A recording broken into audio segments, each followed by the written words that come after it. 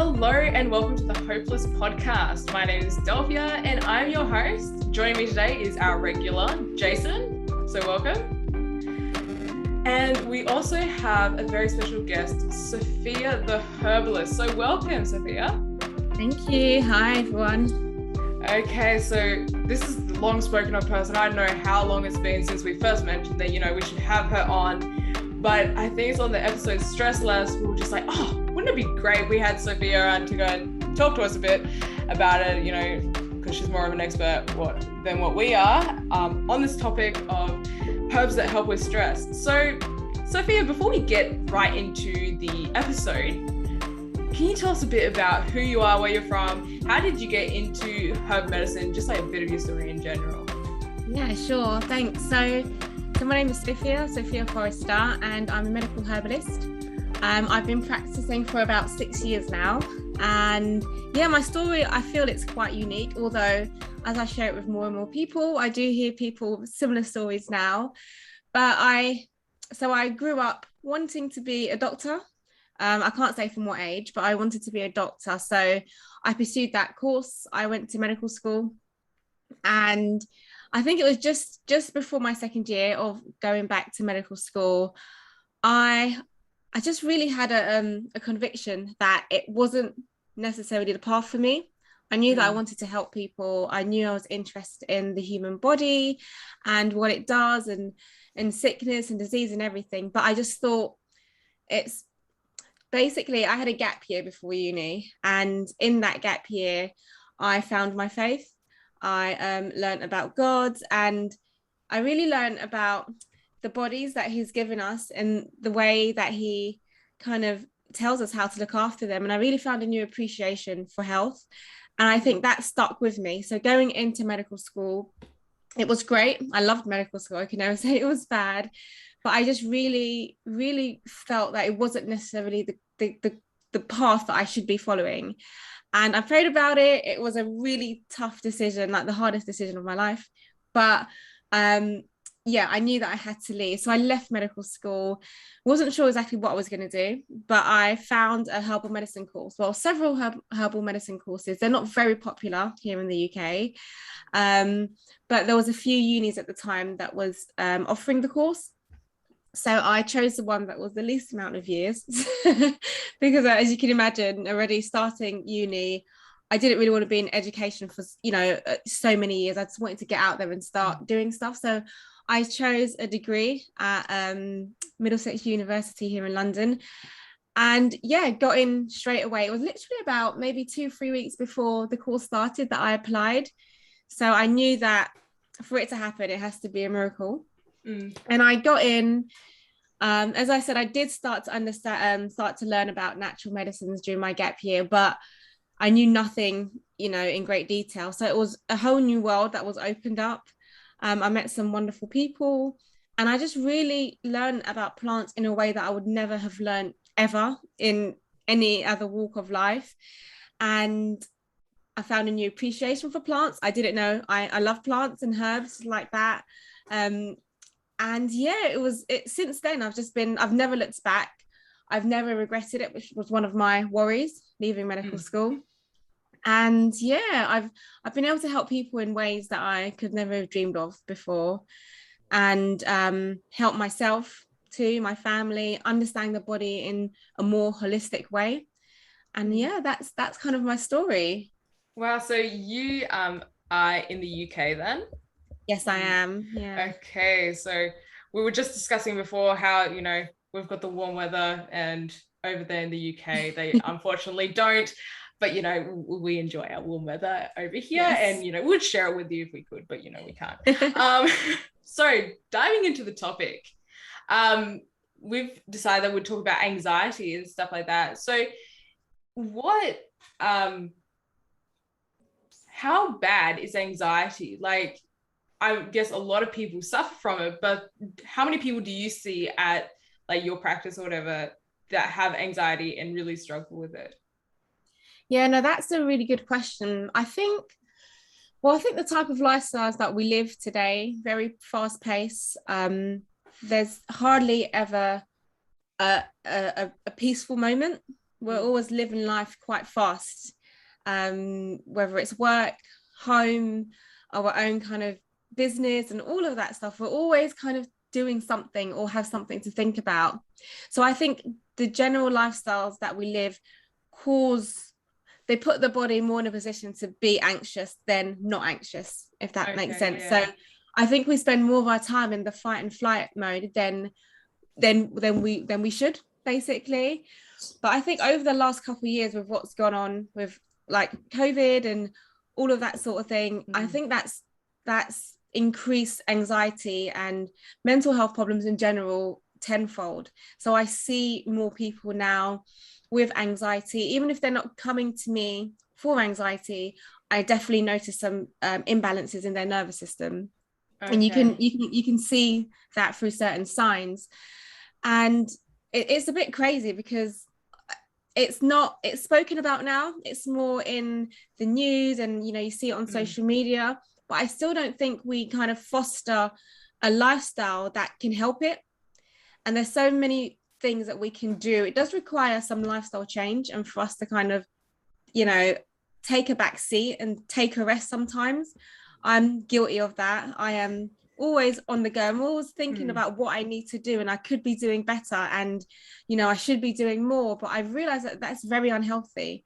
And I do think sometimes social media can amplify that and make you think that you need to be doing more. So I personally like to take a step back a lot of the time and just, reassess what really matters in life and try to live life a bit more slowly. Okay, yeah. We did the danger of social media episode. Actually, that was one of our first episodes. But just going back to anxiety, like what are some of the symptoms that you sort of notice and are more prevalent? So, well, definitely sleep problems. Sleep problems is definitely one of them. People say that they can't get to sleep at night. They have like just a busy mind. They can't put it to rest like it should do. Even if they are getting sleep, some people are waking up not feeling rested. So the quality of sleep is really bad too, because your nervous system is not at rest. It's not at the level that it should be.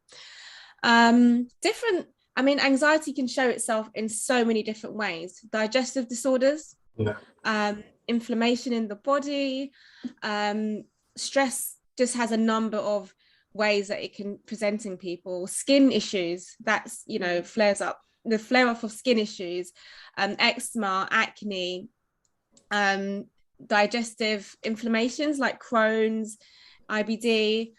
I think you could look at every system of the body and call something out that could be affected due to stress or anxiety. Yeah. The figures here, and I think this is that in Australia, it's one of the most common mental health conditions. And I imagine that's probably one of the most common mental health conditions in the world. 1 in 3 women suffer from anxiety and 1 in 5 men. So it is actually it's a pretty big problem, isn't it? Yeah. And I see it more and more amongst younger people. The younger generation are becoming more and more anxious, and that's worrying. Because it's one thing when you reach adulthood and there are stresses of life, not that they should be there, but things like bills and children and everything. But for anxiety to be running through the younger generation like it is, we definitely have a problem. Yeah. So what's the risk then if anxiety is left too long without being treated? What are some of the risks there? What could happen? Well, with stress, so when our body goes through stress, it's supposed to be a very short-term thing, like we're running for a bus, running from a dog, or something that is causing you to be stressed out. It shouldn't be something that goes on for too long. When your body does experience stress, your body adapts to the situation, so it does things to help you get through that stressful moment. So your blood pressure will increase, because you need more blood going around your body to use your muscles efficiently. Your brain is on high alert, so you're in that fight and flight. So you need to recognize danger. Things that are not so important, like digestive system, your sex reproductive system, those things kind of shut down because you don't really need it in that immediate situation. Blood sugar goes up. All of these things happen, and they're good because they help your body to deal with the stress.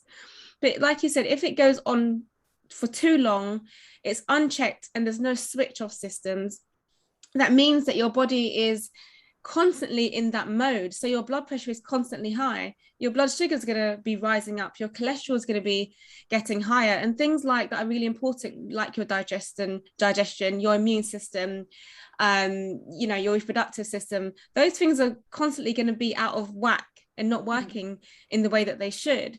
So they start to manifest as different problems. Stress can literally manifest as any problem. I actually, going off topic a little bit here, but I actually study a system of medicine called endobiogenic medicine, and it sees the body as a whole, and it sees any disease or any imbalances as a problem with the endocrine system. So that's your hormones and your nervous system, so a combination of the two. And stress and anxiety wreaks havoc on both of those systems. So that's why all diseases can be literally gone back to the imbalance in the nervous system. And that's why a lot of these things like, anxiety disorders, digestive disorders, reproductive disorders, infertility, I'm sure they all stem from having that imbalance in our nervous system. So those are some of the things that can happen when we don't check these things and sort them out.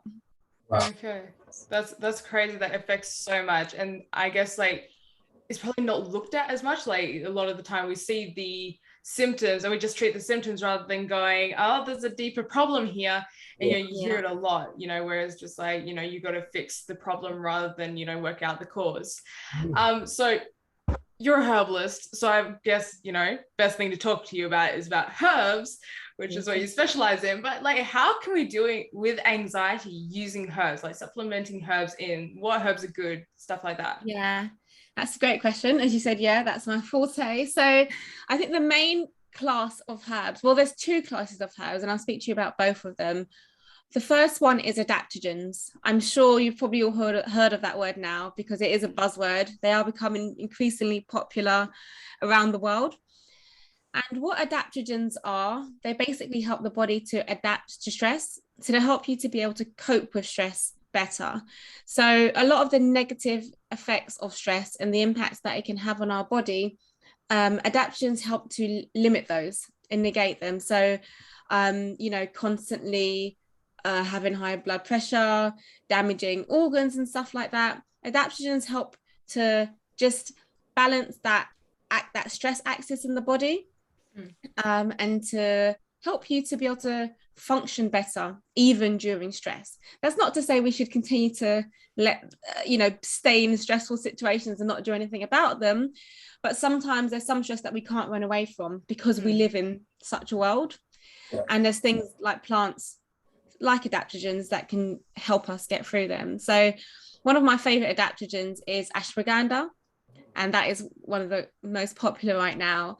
Adaptogens, they pride themselves on being very nourishing to the body and not being specific. They help the body in a general way, which is really good. So all adaptogens, they help to improve your immune system, they help to improve energy levels and just overall functionality.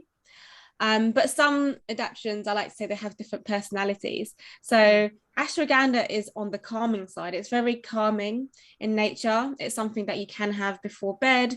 It's great for the person that's very wired all the time. They're tired and very exhausted, but they're wired. They find it hard to get to sleep. They find it hard to switch off.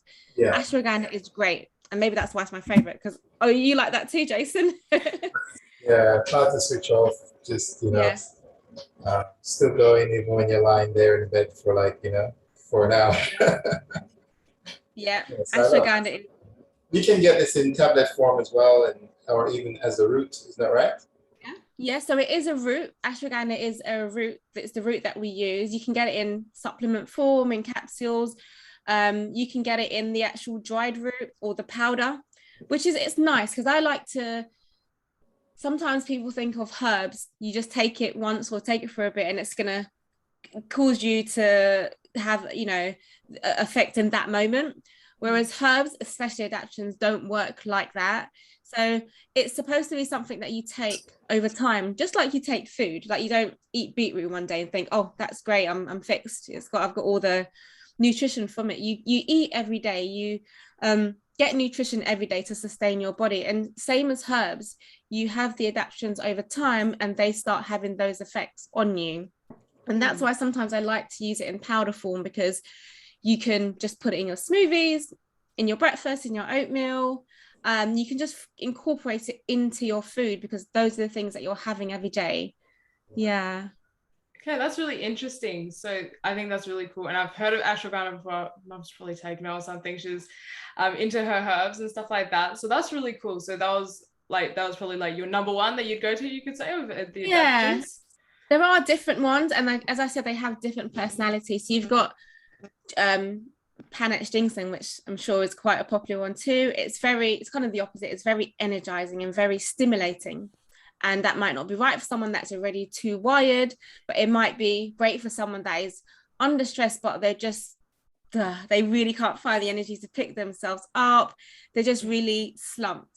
Panax could be, and it's really good for the older population too. As you get older, energy decreases. It's originally an Asian herb. Was used in China, and it's generally used for the older population. Then you have things like Siberian ginseng, which is great. It's a great one for the immune system. It's really a good tonic for that. You've got ones like Schisandra berry. That's very, I love that one as well. It's very good for concentration and memory. Good for too. That's the thing that I love about herbs as well. They do several different things. So it's like you're taking a medicine cabinet with one herb. That's really cool. And you'll say that there's another basically family of herbs that you use as well for treating anxiety. What's that? So those are what I call nervines.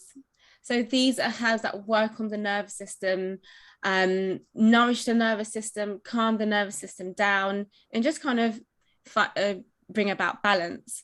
So the herbs that will fall into that group are things like passion flower, chamomile, lavender, the herbs that we generally think of when we need to kind of chill out and take a break and find some peace and still. So those are three of my favorites: chamomile, passion flower, and lavender. Passion flower is amongst those, huh? Sorry? Passion flower is amongst those. Yes, passion flower is amongst those. Nice. Yeah, no, passion flower is great. And it's nice, those herbs are great herbs to take, during the night, like during the evening time when you're trying to wind down, but even during the day, if you're someone that suffers from anxiety, it does have a profound effect on your nervous system. And is it true that with the essential oils, a lot of us use lavender essential oil, I've heard that it goes basically straight to the brain to calm you basically immediately. Is that true? Yeah, lavender is one of the special ones, because it, like you said, as soon as you smell lavender, the particles, they interact with your receptors up your nose, and this is it has a direct effect on your brain. So studies have shown that lavender calms you almost immediately. And a lot of scents can do that. And that's why lavender can work internally, but it's nice, the oil, to have it in a diffuser or by your bedside, just to kind of help you to have that calming sensation. That's really cool. Yeah. Like this, there's one verse in Psalms, I think it was 104, verse 14, where it says that he causes the grass to grow for the cattle and the herb for the service of man, that he may bring forth food on the earth. And I think about, all the different kind of herbs out there. Do you think most of those are utilized, or they're very underutilized? I think in this day and age, they're definitely underutilized. I think before the birth of pharmaceutical medicine and all of that stuff, we had no other choice. We had to use what was around us. So Now that there is this pharmaceutical medicine that is seen as quite powerful, fast acting, very easy to get hold of, that we do underutilize herbs. And I think that's mainly in the Western world, though. Some parts of the world that you go to, herbal medicine is still a big part of society, and that's what people use. But definitely not a lot of people know about it. And I think as the generations pass, less and less people know about it. When I say I'm a medical herbalist, people like do a second check, like what does that mean? Not really many people know what it is. Even though it's like right in the name. Yeah.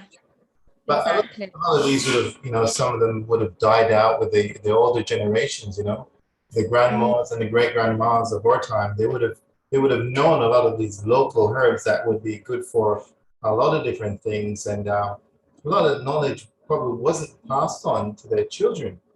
And as a result, the grandchildren end up sort of having some of it, but that knowledge has somehow dissipated with that older generation. Yeah, no, I completely agree. And that's sad to think about, really, because a lot of knowledge was passed down by word of mouth. And especially in, say, countries like back home, Jamaica, my family from Jamaica, there's a lot of yeah, you too, Jason. Yeah, I mean, and a lot of grandmas will talk about, we use this bush for this and this bush for that, and when they were sick they just were sent to go and just get this. And it's like, because a lot of the generation has now moved to the Western world where we don't really use that, there is that break, there is that missing link of information, and I think it's only just starting to kind of come back to the surface now. But there's so much old stuff that we could definitely be making use of and researching. Is there anything else that we can do, like for anxiety, like you could recommend, that works with the herbs? Or I think it's about helping to find balance in life. So I think anytime we're imbalanced, we're gonna suffer for it, and herbs can only do so much. I always tell people herbs are not a magic pill. They don't work with your body when you're in violation of basic health laws. So I think they work in conjunction with it. So if somebody is stressed and they're taking herbs for stress, but they still kind of live in that stressful lifestyle, so working long hours, not getting enough sleep, not getting enough nutrition, going above and beyond what your body should be doing, then the herbs are not really going to help you in the way that they could help you. And you're kind of working against them. So it's always about going to basic health laws first. So having proper rest, having adequate sleep at night, having enough water, sunlight, taking time to spend walking in nature. They actually found that walking in nature and just being amongst what God has given us, it actually decreases feelings of anxiety. So working with your body, nourishing it, actually looking after it and loving it in the way that you should, that's what works in conjunction with the herbs. And I think as well, you mentioned the plants that God has given us, and I'm very thankful for them. But I think that ultimately he's given us his word. So there's so many things in this world that can cause us to be stressed and can cause us to be anxious. But when we realize that we're not alone in this world, we don't have, we're not left to scramble and to figure out all of our issues by ourselves, and the fact that God is always there looking out for us at every moment, that immediately can cause a feeling of calmness and stillness. And sometimes it can be hard to, especially if you're not in that a habit of just taking time out and remembering that you're not alone. It is a habit forming thing that you have to tell yourself daily that this is not it. You're not alone. And God is, if he's looking after the flowers and the grass and the birds, he's definitely looking out for us. And that's one of my most comforting things, in combination with herbs and everything else. It's really good to know that and have that assurance, because a lot of the time we can be surrounded by people but still be feeling alone. and not have that, someone's there, they've got my back, I can trust them fully. I think that's something that a lot of people are missing. And in wrapping up with final thoughts, we'll start with you, Jason, then we'll go to Sophia. Like, what have you gotten from this session with Sophia? And also, is there anything else that you just want to share in summary? Yeah, well, I like what you just mentioned there about, knowing that you're not alone. And another part of that I find as well is, when you feel anxious, you can always roll your burdens onto God, through prayer. It's a way of just opening up your heart and speaking from your heart, just like you're speaking to a friend. And I find that sharing that problem can relieve a lot of anxieties. And, for me, that definitely works. But I also love a lot of the herbs that you mentioned. I have used ashwagandha before. I've also used sijantaberry. It's beautiful. It's, in its natural state. It's very sour, but just and bite into one of them. It's sour and sweet, and it's bitter, and it's got a perfumey kind of taste to it. I don't recommend that, but it's beautiful. I was just wondering as well whether you'd be able to, if you have a website and you're able to maybe offer a discount or a discount coupon for our listeners, those who who are in the UK. We've got listeners in the UK who want to jump on your website, and maybe it is Black Friday tomorrow after all, and this episode will probably go out this Friday, yeah. So, or anytime that they can jump on and use a discount coupon. Is that something that you're able to do for listeners? So I have a website. I don't actually have products per se, but I do consultations, which I can offer a 10% discount for your listeners. I don't know what we would quote it as. Maybe there could be a quote that people could say. Maybe you could make something up, and I could definitely. I'll be more than happy to do such a thing.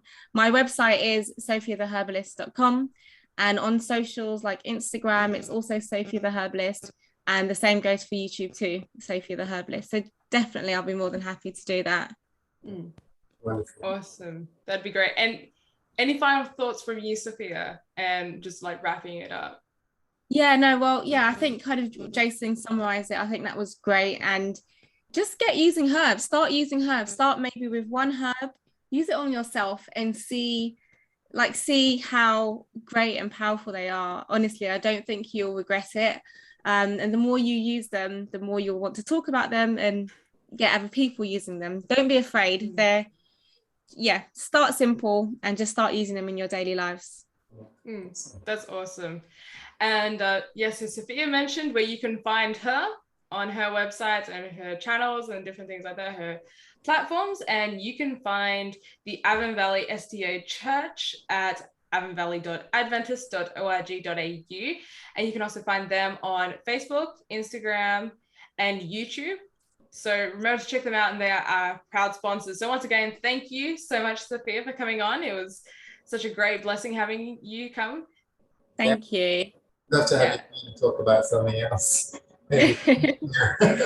Definitely. We'll have to have you back on. Thank you, Jason, for joining us as well. And until next time, take care and enjoy the episode. Thank you. Bye.